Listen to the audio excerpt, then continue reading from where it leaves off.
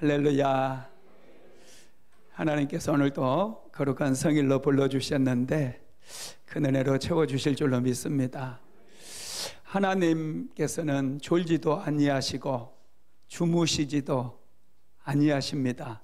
그래도 안 피곤해요. 신기하죠? 저는 어제 잠을 좀 설쳤어요. 그랬더니 굉장히 피곤하더라고요. 목소리도 좀 이상하죠? 할렐루야.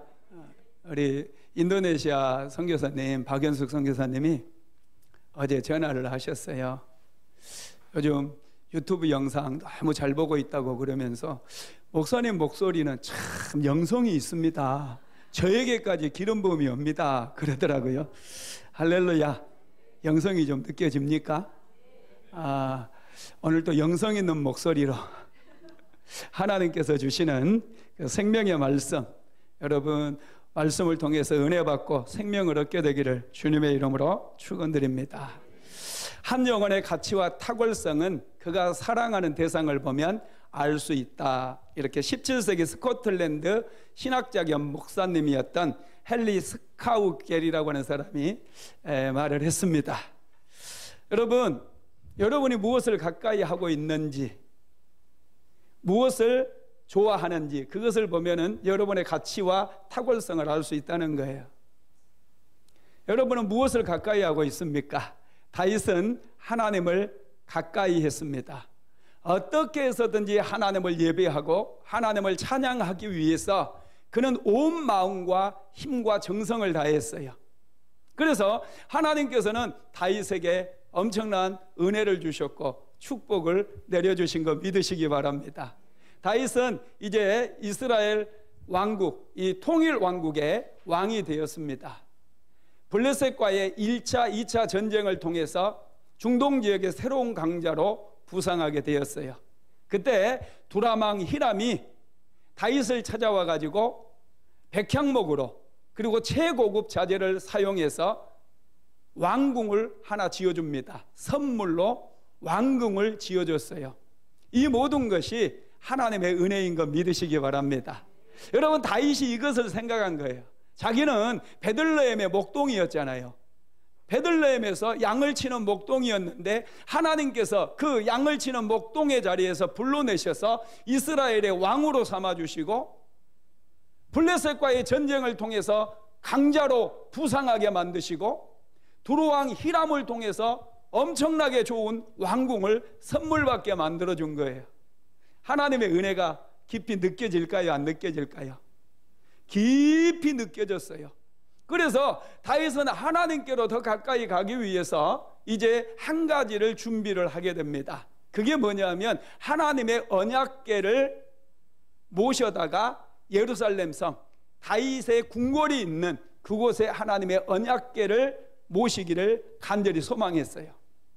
그래서 다윗은 하나님의 언약궤를 이동시키기 위해서 많은 준비를 하게 되어집니다. 전국적으로 3만 명의 사람들을 준비시켜 가지고 하나님의 언약궤를 이동하는, 모셔오는 그 일을 하게 된다라는 거예요. 한번 읽어봅시다. 사무엘하 6장 1절로 2절 말씀 한번 같이 보겠습니다. 다윗이 이스라엘에서 뽑은 무리 3만 명을 다시 모으고 다윗이 일어나 자기와 함께 있는 모든 사람과 더불어 바알레 유다로 가서 거기서 하나님의 궤를 메어 오려 하니 그 궤는 그룹들 사이에 자정하신 만군의 여호와의 이름으로 불리는 것이라. 아멘. 3만 명이나 되는 사람들을 불러 모았어요. 하나님의 언약궤 하나를 모시기 위해서. 그리고 다윗이 왕임에도 불구하고 사람을 시키지 아니하고 자신이 직접 앞장서서 하나님의 언약궤를 모시기 위해서 바알레 유다라고 하는 곳으로 가는데 이 바알레 유다가 바로 기럇 여아림이라고 하는 곳입니다. 하나님의 언약궤는 그동안 기럇 여아림 아비나답이라고 하는 사람의 집에 방치되어 있다시피 했어요. 여러분, 지금 하나님의 언약궤가 왜 기럇 여아림에 와 있습니까? 하나님의 언약궤는 사사시대 마렵에 블레셋 사람들에게 빼앗겨 버렸어요. 제사장 엘리 시대에 블레셋이 이스라엘 땅을 쳐들어옵니다. 1차전에서 이스라엘은 대패를 했어요. 그러자 엘리 제사장의 두 아들인 홈니와 비느하스가 여호와의 언약궤를 모시고 전쟁터에 나가게 되면 하나님의 은혜로 전쟁에서 승리할 것으로 생각을 합니다. 그래서 여호와의 언약궤를 성막에서 꺼내다가 그들이 전쟁터로 가지고 가게 되어지는데 2차전이 벌어졌는데 2차 블레셋과의 전쟁에서 오히려 더 참패를 당하게 되어집니다. 그래서 군사들은 흩어져 버리고 여호와의 언약궤를 블레셋 사람들에게 빼앗겨 버리게 되어져요. 그래서 블레셋 사람들이 여호와의 언약궤를 빼앗아 가지고 블레셋으로 가가지고 그들의 신전인 다곤 신전에 여호와의 언약궤를 넣어놔요. 왜 그랬을까요? 다곤 신이 전쟁에서 이겼기 때문에 다곤 신에게 여호와의 언약궤를 마음껏 유린하라고, 가지고 놀라고, 종으로 부리라고, 마음껏 짓밟아 버리세요, 이런 마음으로 다곤 신전에 넣어놓는 거예요. 그랬더니 아침에 가보니까요, 다곤 신이 오히려 여호와의 언약궤 앞에 엎드려 있는 거예요.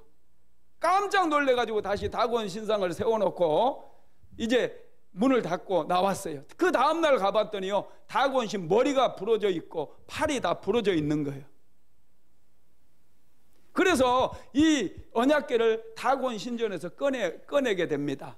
그리고 이 가드에 모시게 되는데요, 여러분, 그때부터 블레셋 땅에 엄청난 재앙들이 휘몰아치기 시작해. 요즘 여러분 코로나 바이러스가 우리나라뿐만 아니라 전 세계에 창궐하지 않습니까? 이런 전염병들이 블레셋의 온 땅에 막 퍼져나가 가지고 수많은 블레셋 사람들이 죽게 되어지는 거예요.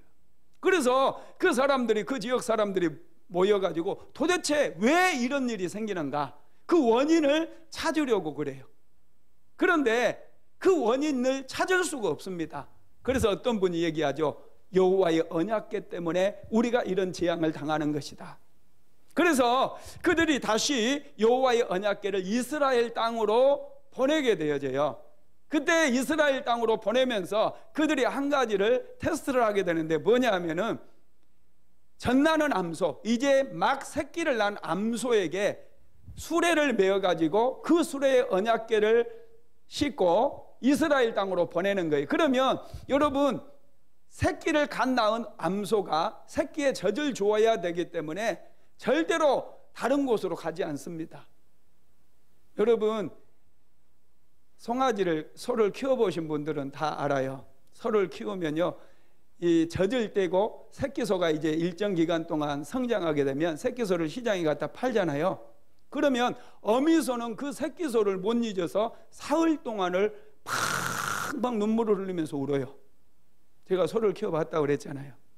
소는 눈물을 그냥 얼마나 뚝뚝 흘리면서 뭐 하면서 새끼를 찾아요. 3일 동안을 이 소가요, 눈물을 흘리면서 새끼를 찾습니다. 그런 소에다가 여러분 언약궤를, 새 수레를 만들어 가지고 언약궤를 실어 가지고 그냥 보내는 거예요. 누가 끄는 사람이 없어요. 그냥 언약궤를 실어 놓으면 이 소가 알아서 가야 돼요. 이스라엘 땅으로 가면은 이게, 이 모든 재앙이 하나님께로부터 온 것이다, 이렇게 블레셋 사람들이 얘기를 해요. 그렇게, 그래서 이 젖나는 암소, 새끼를 떼놓고 암소 혼자서 이스라엘 땅으로 갈 확률은 거의 0%입니다. 그런데 여러분, 이 암소가요, 이스라엘 땅 벳세메스라고 하는 곳으로 눈물을 툭툭 흘리면서 이 어린 송아지를 떼어놓고 여호와의 언약궤를 싣고 혼자서 가는 거예요. 사람이 이끄는 사람이 없이 혼자서 벳세메스로 가게 되어져요. 그래서 여러분, 벳세메스에 여호와의 언약궤가 이렇게 도착을 하게 되어지고, 그곳에 있었던 사람들이 하나님께 이 새로 만든 수레를 부셔가지고 번제로, 그 송아지를 잡아서 번제로 하나님께 올려드립니다. 하나님께서 기뻐하셨어요. 그런데 그 벳세메스 사람들이요, 갑자기 무슨 생각이 들었는지 이 여호와의 언약궤에 뭐가 들었는지 궁금해진 거예요. 그래서 그 여호와의 언약궤를 열어봤어요. 그러다가 그곳에서 70명이나 되는 사람들이 즉사해버립니다. 엄청나게 충격을 받아가지고 사람들이 다 흩어져 버려요. 그곳에 여호와의 언약궤가 버려져 버리는 거예요. 그때 이제 이스라엘 사람들이 그래도 여호와의 언약궤를 여기다 놔두면 안 되잖아요. 비도 맞고 그러니까. 그래서 의논해 가지고 아비나답이라고 하는 사람의 집에 옮겨 놓아요. 그래서 여호와의 언약궤가 아비나답의 집에 있는 거, 기럇 여아림 아비나답의 집에 모셔져 있는 거예요. 사울왕 시대에는요, 이 여호와의 언약궤에 대해서 전혀 관심이 없습니다. 지금 성막이 무너져 버렸고 이 실로에 있었던 여호와의 성막은 무너져 버렸어요. 그래서 여호와의 언약궤만 지금 있는데 기럇 여아림의 아비나답이라고 하는 사람의 집에 있다라는 거예요. 할렐루야. 그래서 지금 다윗이 왕이 되면서 다윗은 하나님의 은혜가 너무너무 소중하고 하나님께서 자기와 함께 하셔서 중동 지역의 강자가 되게 하시고 이스라엘의 통일 왕국의 왕이 되게 하셨는데 그 은혜가 너무 고마운 거야. 그래서 어떻게 해서든지 여호와의 언약궤를 이스라엘 땅으로 모셔오려고 그랬어요.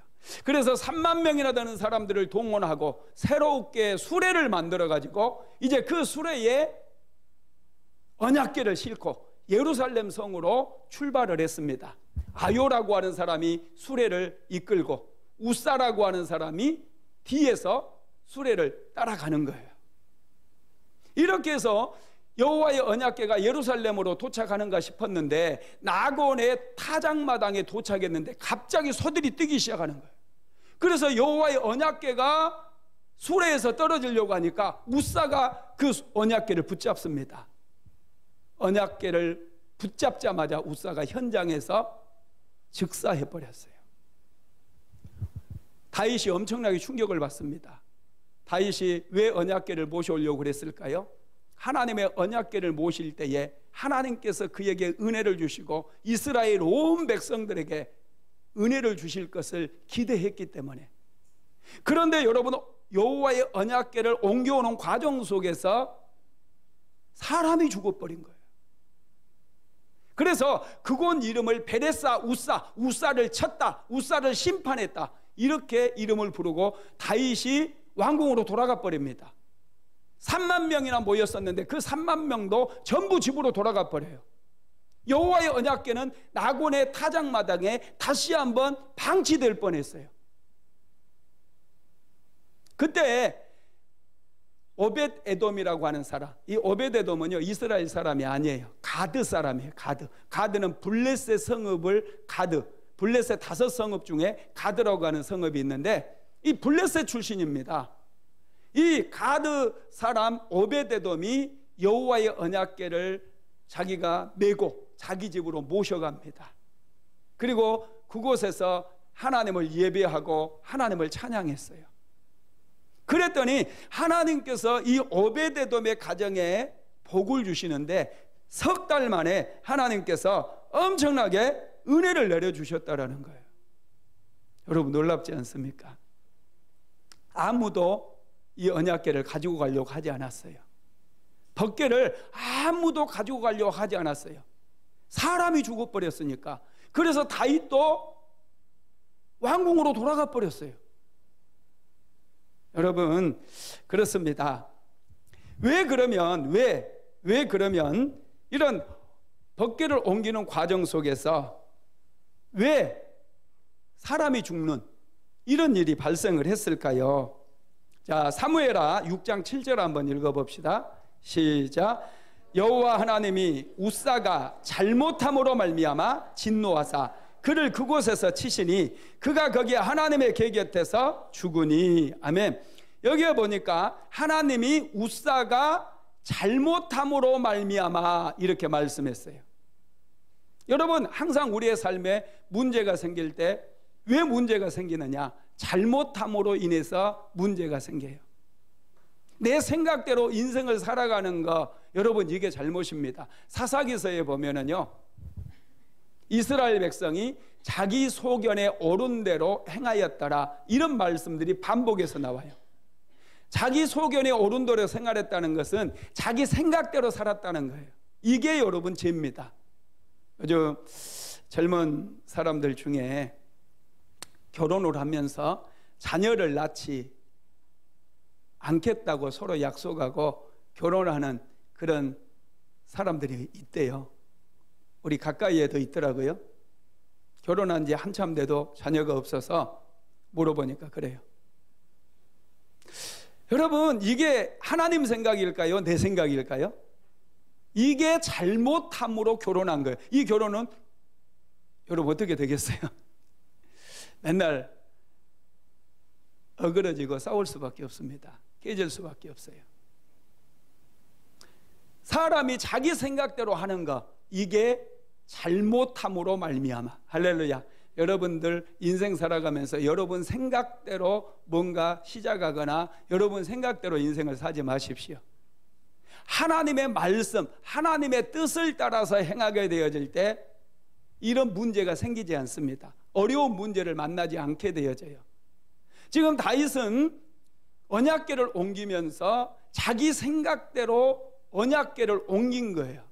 수레를 만들어서 언약궤를 옮겼어요. 여러분, 언약궤를 옮길 때는요, 여러분 반드시 제사장들이 메고 옮겨야 돼요.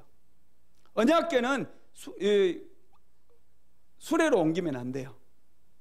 언약궤를 옮기는데 문제가 왜 생겼느냐? 첫째는요, 법궤를 수레로 옮겼기 때문에 문제가 생긴 겁니다. 출애굽기 25장 13절로 14절 한번 읽어볼까요? 조각목으로 채를 만들어 금으로 싸고 그 채를 궤 양쪽 고리에 꿰어서 그 꾀를 매게 하며, 아멘. 이 언약궤에는 이 고리가 두 개가 있는데요, 이곳 사이에 이렇게 기다란 막대기로 채로 이렇게 깨가지고 이 제사장 두 사람이서 한 사람 또 뒤에 한 사람이 어깨에 메고 이렇게 언약궤를 매야 돼요. 그런데 지금 다윗은 수레에다가 언약궤를 실어가지고 언약궤를 옮겼다는 거예요. 이게 잘못함으로 말미암아, 이게 잘못됐다는 거예요. 여러분, 수레를 만들어 가지고 언약궤를 옮긴 사람들이 누구였어요? 블레셋 사람들이었잖아요. 다윗이 아무 생각 없이 블레셋 사람들이 이스라엘로 언약궤를 옮길 때에 그 방법을 따라서 한 거예요. 하나님께서는 성경에서 분명히 제사장들이 어깨에 매서 언약궤를 옮겨야 된다고 말씀했는데, 다윗은 그냥 블레셋 사람들이 새 수레에다가 언약궤를 옮기는 거, 그걸 보니까 그게 좋아 보였던 거예요.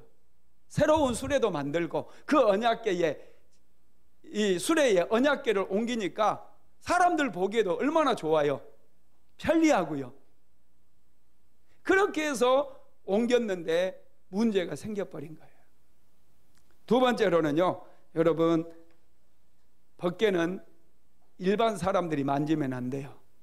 베세메스 사람들도 일반 사람들이 언약궤 뚜껑을 열었다가 70명이나 되는 사람들이 죽었어요. 그런데 지금 우사가 제사장이 아니에요. 그런데 언약궤가 떨어지려고 하니까 그걸 자기가 막겠다고 만졌다라는 거예요. 그래서 여러분 죽고 말았던 것이죠. 이것 때문에 다윗은 굉장히 충격을 받았고 왕궁으로 되돌아가 버렸어요. 그때 오베데돔이라고 하는 사람이 여호와의 언약궤를 자기 집으로 모시고 가게 되고, 오베데돔은 자기 집에 여호와의 언약궤를 모신 지 3개월 만에 크게 복을 받아가지고 온 이스라엘에 소문이 나게 됩니다. 역대상 13장 14절 한번 같이 읽어봅니다. 하나님의 궤가 오베데돔의 집에서 그의 가족과 함께 석 달을 있으니라. 여호와께서 오베데돔의 집과 그의 모든 소유에 복을 내리셨더라. 아멘. 오베데돔에게 하나님께서 복을 주셨어요. 가정에 복을 주셨고 소유물에도 복을 주셨다는 거예요. 이 소문을 다윗이 듣게 되어집니다. 자, 사무엘하 6장 12절로 가봅시다. 시작. 어떤 사람이 다윗 왕에게 아뢰어 이르되 여호와께서 하나님의 궤로 말미암아 오베데돔의 집과 그의 모든 소유에 복을 주셨다 한지라. 다윗이 가서 하나님의 궤를 기쁨으로 메고 오베데돔의 집에서 다윗성으로 올라갈세. 아멘. 오베데돔의 집에 복이 임했다 그러니까 다윗이 바로 오베데돔의 집으로 찾아갑니다. 그리고 오베데돔에게 우리가 이 여호와의 언약궤를 예루살렘으로 옮기겠다 그렇게 얘기해요. 왜 다윗이 이렇게 얘기했을까요? 하나님과 가까이 하고 싶었기 때문에, 하나님을 기쁘시게 해드리고 싶었기 때문에, 그리고 예루살렘에 있을 때 모든 이스라엘 백성들이 하나님의 은혜를 받을 수 있고 축복을 받을 수 있기 때문에 다윗이 그렇게 선택을 한 거예요. 그래서 그때 이제 오베데돔에게 다윗이 그렇게 얘기했을 때 오베데돔이 정말 여호와의 언약궤를 보내기 싫었어요. 그래서 한 가지 부탁을 합니다. 그 부탁이 뭐였냐면, 왕이시여, 여호와의 언약궤가 예루살렘으로 가게 되어지는데 저는 정말 우리 집에 모시고 싶습니다. 그런데 왕께서 부탁을 하니까 저는 여호와의 언약궤를 보낼 수밖에 없습니다. 왕이시여, 한 가지 청이 있습니다. 저희 집도 예루살렘으로 이사하게 해주세요. 할렐루야. 이 오베데돔은 3달 동안 여호와의 언약궤를 모시면서 여호와의 언약궤가 머무는 곳에 하나님의 은혜가 임하고 축복이 임한다는 사실을 배웠던 거예요. 그래서 이 오베데돔은 집을 이사를 하게 되어집니다. 다윗 왕의 허락을 맡아가지고 예루살렘으로 이사가 되어지고, 오베데돔이 자청을 해가지고 여호와의 언약궤를 모신 그 장막의 문지기가 되어져요. 한번 읽어봅시다. 역대상 15장 24절 같이 읽어봅니다. 제사장 스바냐와 요사박과 느다넬과 아미세와 스가랴와 브나야와 엘리에셀은 하나님의 궤 앞에서 나팔을 부는 자요, 오베데돔과 여이야는 궤 앞에서 문을 지키는 자이더라. 여러분, 오베데돔이 여호와의 궤 앞에 문을 지키는 자, 문지기가 되었다는 거예요. 하나님 앞에 복을 받고 그의 인생이 달라졌어요. 그러다 보니까 자기는 여호와의 문 앞에서 문지기가 되는 것, 그것도 너무너무 소중하다는 걸 알고 자청해서 여호와의 언약궤의 문지기가 되었다라는 것이죠. 다윗은 여러분, 하나님의 언약궤를 이제 다시 다윗성으로, 이 예루살렘 성으로 옮기는 일을 다시 하게 되어집니다. 이때는요, 이제 말씀으로 돌아가요. 자기 생각대로 옮기는 것이 아니라 하나님의 말씀을 연구합니다. 어떻게 여호와의 언약궤를 옮길 것인지. 그래서 제사장들을 선발해 가지고 이 제사장들을 앞세우고 제사장들이 여호와의 언약궤를 매게 한 다음에 여호와의 언약궤를 예루살렘 성으로 모시고 옵니다. 사무엘하 6장 13절로 14절 한번 읽어볼까요? 여호와의 궤를 맨 사람들이 6걸음을 가매 다윗이 소와 살찐 송아지로 제사를 드리고 다윗이 여호와 앞에서 힘을 다하여 춤을 추는데 그때 다윗이 배 에봇을 입었더라. 아멘. 다윗이 제사장들을 선발해서 제사장들에게 여호와의 궤를 매게 한 다음에 제사장들이 6걸음을 옮길 때마다 그곳에서 살찐 소를 잡아가지고 하나님 앞에 번제로 올려드렸다는 거예요. 얼마나 다윗이 여러분 하나님을 사랑했으면, 하나님을 가까이 하고 싶었으면 6걸음을 걸을 때마다 그곳에서 소를 잡아서 하나님 앞에 번제로 올려드렸다는 거예요. 그러면서 그는 그 여호와의 언약궤가 올 때에 그 앞에 서서 춤을 추면서, 기쁨의 춤을 추면서 여호와의 언약궤를 예루살렘 성으로 모셔왔습니다. 여러분, 다윗은 정말로 하나님을 사랑했고요, 그 다윗을 하나님께서 또 사랑해 주셨어요. 다윗에게 많은 은혜를 내려주셨습니다. 할렐루야. 여러분, 그래서 많은 나라들이 다윗에게 조공을 바치게 되는데, 다윗이 왕으로 있을 때 여러분 애굽이라고 하는 거대한 나라가 다윗 왕국에 조공을 바칩니다.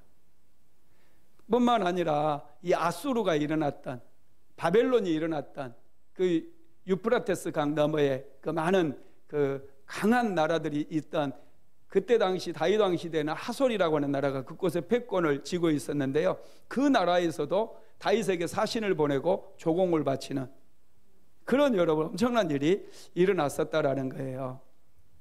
다윗은 이렇게 여호와의 궤를 다윗성으로, 이 예루살렘 성으로 모시고 온 다음에 여호와의 궤를 모실 수 있는 장막을 하나 마련을 하게 되어집니다. 그곳에서 그 장막에서 다윗은 매일마다 하나님께 번제와 화목제를 드렸어요. 사무엘하 6장 17절 한번 읽어보겠습니다. 여호와의 궤를 메고 들어가서 다윗이 그것을 위하여 친 장막 가운데 그 준비한 자리에 그것을 두매 다윗이 번제와 화목제를 여호와 앞에 드리니라. 아멘. 다윗이 여호와를 위해서 장막을 준비했대요. 이것을 우리는 다윗의 장막이라고 얘기합니다. 여러분들이 모세가 시내산에서 설계도를 받아와서 만들었던 성막을 잘 알 거예요. 그리고 솔로몬이 지은 솔로몬 성전도 잘 알 겁니다. 그런데 다윗의 장막은 잘 알려지지 않았어요. 그런데 여러분, 놀라운 것은요, 하나님께서 다윗의 장막을 가장 사랑하셨고요, 다윗의 장막을 가장 그리워하셨고요, 나중에 다윗의 장막을 다시 일으키겠다 이렇게 말씀을 하셨어요. 왜냐하면 다윗이 정말 그 장막을 지어놓고 하나님께서 하나님을 예배하고 하나님을 찬양하고 하나님께서 기뻐하실 수 있는 그런 일들을 다윗이 행했기 때문에 그렇다라는 거예요. 그래서 여러분 사도행전 15장 한번 읽어볼까요? 사도행전 15장 16절 한번 읽어봅시다. 이후에 내가 돌아와서 다윗의 무너진 장막을 다시 지으며 또 그 허물어진 것을 다시 지어 일으키리니. 아멘. 하나님께서 다윗의 무너진 장막을 다시 지으며 그 허물어진 것을 다시 지어 일으키시겠다, 이렇게 사도행전에서 말씀하셨어요. 여러분, 다윗의 장막이 제일 허접한 장막이에요. 솔로몬 성전은 최고급 백향목으로 대리석으로 가장 아름다운 자재를 사용해서 만들었던 성전입니다. 금으로 여러분 칠을 했어요. 금으로 만들었던 성전이에요. 여호와의 성막도, 모세가 지었던 성막도 하나님께서 일일이 지시해 가지고 만든 성막이기 때문에 안에 들어가면 굉장히 화려합니다. 모든 걸 금으로 만들었어요. 그런데 하나님께서 그런 성막을 일으키겠다거나 성전을 다시 세우겠다고 말씀하시지 않았고, 다윗의 장막을 내가 다시 일으키겠다 이렇게 말씀하셨다는 거예요. 다윗의 장막, 그 허물어진 것들을 내가 다시 지어 일으키겠다 이렇게 하나님께서 말씀하셨어요. 왜 이렇게 말씀하셨을까요? 다윗의 장막에는 여러분 하루 종일 하나님을 예배하고 하루 종일 하나님을 찬양하고 다윗이 정말로 하나님을 사모했기 때문에. 그리고 다윗의 장막의 특징은요, 지성소와 성소가 분리되지 않았습니다. 모세의 성막에도 이 휘장이 지성소와 성막을 가로막고 있었어요. 솔로몬 성전에도 지성소와 성소를 가로막고 있던 휘장이 있었어요. 그런데 다윗의 장막에는 이런 휘장이 없었습니다. 지성소와 성소가 구분되지 않았어요. 그곳에서 하나님께서는 다윗을 만나 주셨고 다윗과 교제하셨고 다윗에게 은혜를 주셨고 말씀을 주셨다는 거예요. 하나님께서는 우리가 이 휘장을 넘어서 더 깊은 교제 가운데 나아가기를 원한다는 것 믿으시기 바랍니다. 다윗에게는 예배에 대한 열정이 있었어요. 사모함이 있었어요. 여러분은 무엇에 열정이 있습니까? 날마다 일하기 위해서는 우리가 부지런히 열정을 가지고 직장생활도 하고 사업도 하고 그러지 않습니까? 그런데 하나님을 예배할 때는 억지로 예배의 자리에 나오신 적은 없지는 않습니까? 여러분, 다윗은 세상 일보다도 하나님을 예배하는 일에 더 열정이 있었다는 거예요. 그는 기쁨으로 춤추면서 예배했을 뿐만 아니라 다윗의 장막에서 그는 24반차들을 만들어 놓고 마음껏 하나님을 찬양하고 하루 종일 하나님 앞에 예배드리는 그런 일들을 행했다라는 거예요. 그래서 하나님께서 다윗의 장막을 그리워하셨고 무너졌던 다윗의 장막을 내가 다시 일으키겠다 이런 말씀을 하신 거예요. 저는 기도할 때마다 우리 순복음 안디옥 교회가 이 다윗의 장막이 되기를 원합니다. 이곳에서 하나님 말씀하시고 우리 사랑하는 성도들 만나주시고 이곳에 오랫동안 머무시면서 우리 교회에게 맡겨주신 사명 감당할 수 있도록 만들어달라고 기도하고 있어요. 여러분들의 가정 가운데 하나님께서 은혜 주시고 축복 주실 줄로 믿습니다. 여러분, 하나님께서 다윗의 장막을 정말로 좋아하셨는데 그것은 다윗에게 열정이 있었기 때문에 그래요. 다윗에게는 어떤 열정이 있었느냐면요, 다윗의 장막에는 두 가지 특징이 있었는데, 첫째는 하루 종일 찬양과 경배가 있었어요.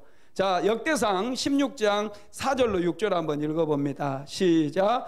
또 레위 사람을 세워 여호와의 궤 앞에서 섬기며 이스라엘 하나님 여호와를 칭송하고 감사하며 찬양하게 하였으니 아삽은 우두머리요, 그 다음은 스가랴와 여이엘과 스미라목과 여이엘과 마띠디아와 엘리압과 브나야와 오베데돔과 여이엘이라. 비파와 수금을 타고 아삽은 재금을 힘있게 치고 제사장 브나야와 야하시엘은 항상 하나님의 언약궤 앞에서 나팔을 부니라. 아멘. 하루 종일 하나님을 찬양했다라는 거예요. 레위 사람들이 세워서 찬양하고 악기를 연주하는 사람들이 연주하면서, 얼마나 놀랍습니까? 그리고 두 번째는 각종 악기를 연주했는데요, 역대상 23절로 5절 한번 읽어봅시다. 4,000명은 문지기요 4,000명은 그가 여호와께 찬송을 드리기 위하여 만든 악기로 찬송하는 자들이라. 여러분, 악기를 연주하는 자들이 4,000명이나 되었다는 거예요.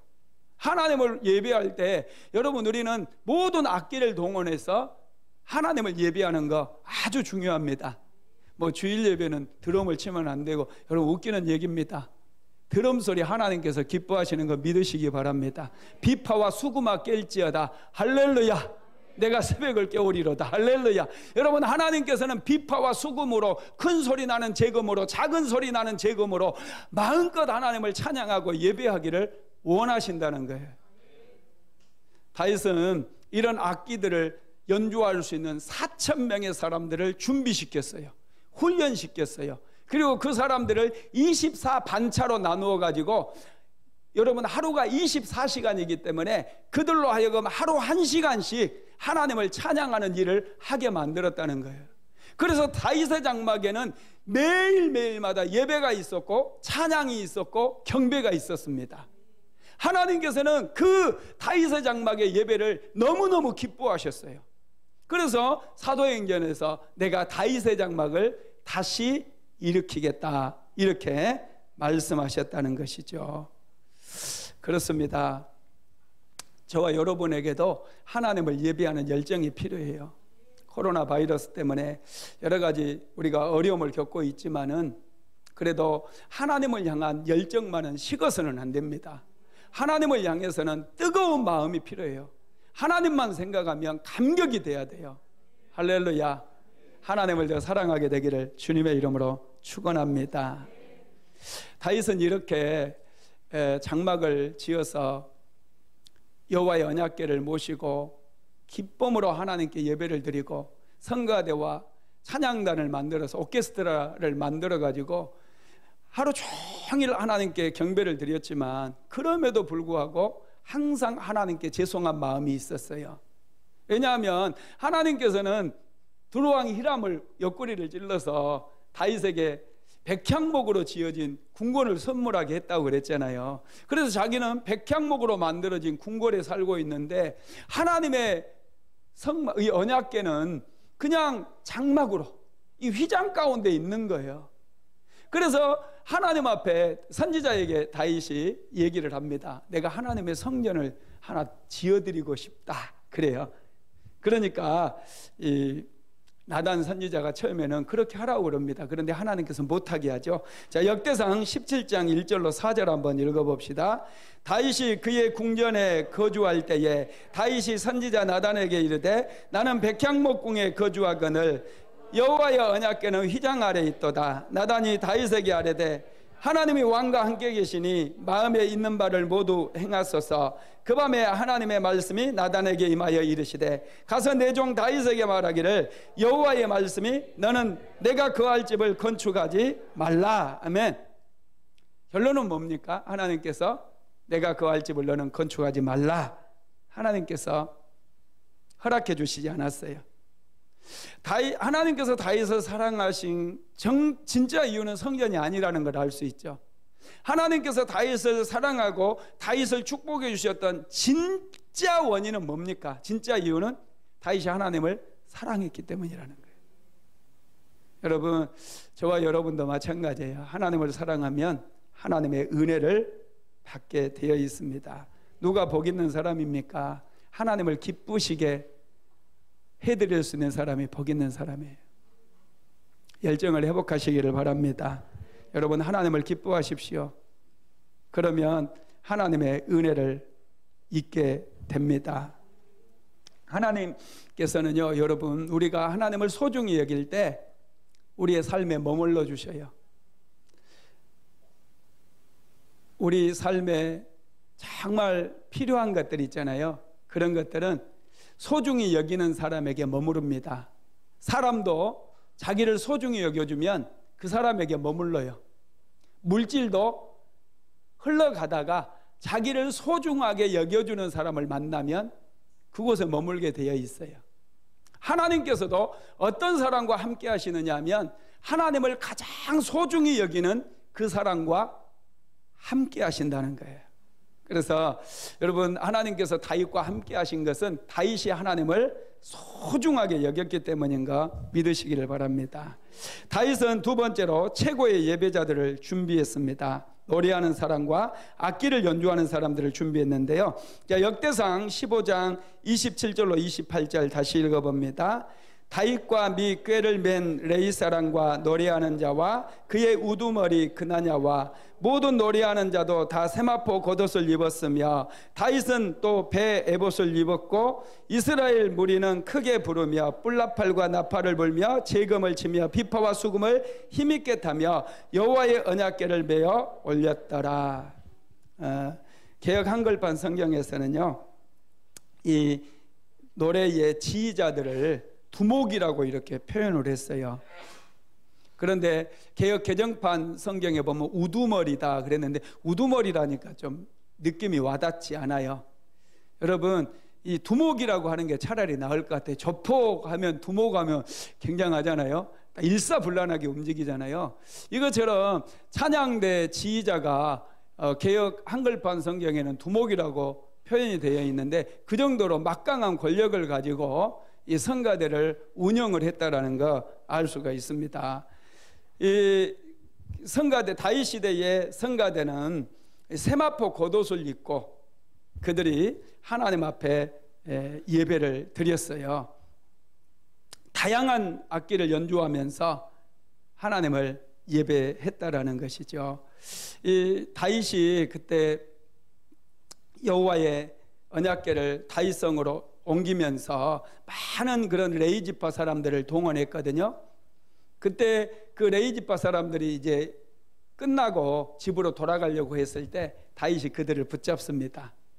그리고 그들을 예루살렘으로 다 이사하게 만들어 가지고 그들로 하여금 여호와의 이 다윗의 장막에서 하나님을 예배하게 만들고 하나님을 찬양하게 만들고 하나님 앞에서 악기를 연주하게 만들었다는 거예요. 그래서 다윗의 장막에는 매일매일 하나님을 찬양하는 찬양이 있었어요.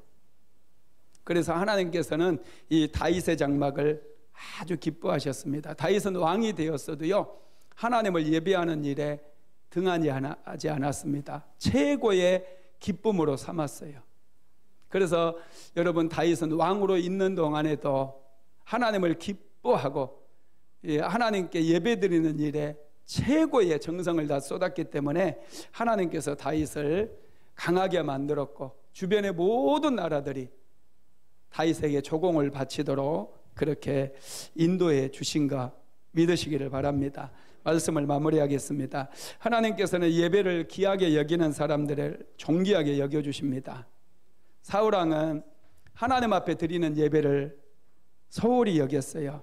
그런데 다윗은 하나님께 예배드리는 것을 가장 소중하게 생각했습니다. 그때 하나님께서 다윗의 인생 속에 넘치는 은혜를 내려주셨어요. 하나님은 지금도 예배자들을 찾으십니다. 다윗처럼 열정적으로 하나님을 예배하는 그 예배자들을 찾으시고 그 예배자들을 통해서 영광을 받으시기를 원하신다는 거예요. 저와 여러분이 그런 예배자가 되기를 주님의 이름으로 축원합니다. 요한복음 4장 23절 한번 읽어봅니다. 아버지께 참되게 예배하는 자들은 영과 진리로 예배할 때가 오나니 곧 이때라. 아버지께서는 자기에게 이렇게 예배하는 자들을 찾으시느니라. 아멘. 하나님께서 가장 그리워하셨던 성소는 모세의 성막도 아니었고 예루살렘 성전도 아니었습니다. 정말로 보잘것없었던 다윗의 장막을 가장 사랑하셨고 다윗의 장막을 가장 그리워하셨어요. 왜냐하면 그곳에는 정말 하나님을 사랑했던 다윗이 있었습니다. 정말 하나님을 기쁘시게 해드렸던 예배자인 다윗이 있었어요. 그래서 하나님께서 다윗의 장막을 그렇게 그리워하셨고 내가 다윗의 장막을 반드시 다시 일으키리라 이렇게 말씀을 하셨습니다. 오늘 저와 여러분도 최고의 예배자가 되어서 하나님께서 그리워하는 그런 삶이 되시기를 주님의 이름으로 축원합니다.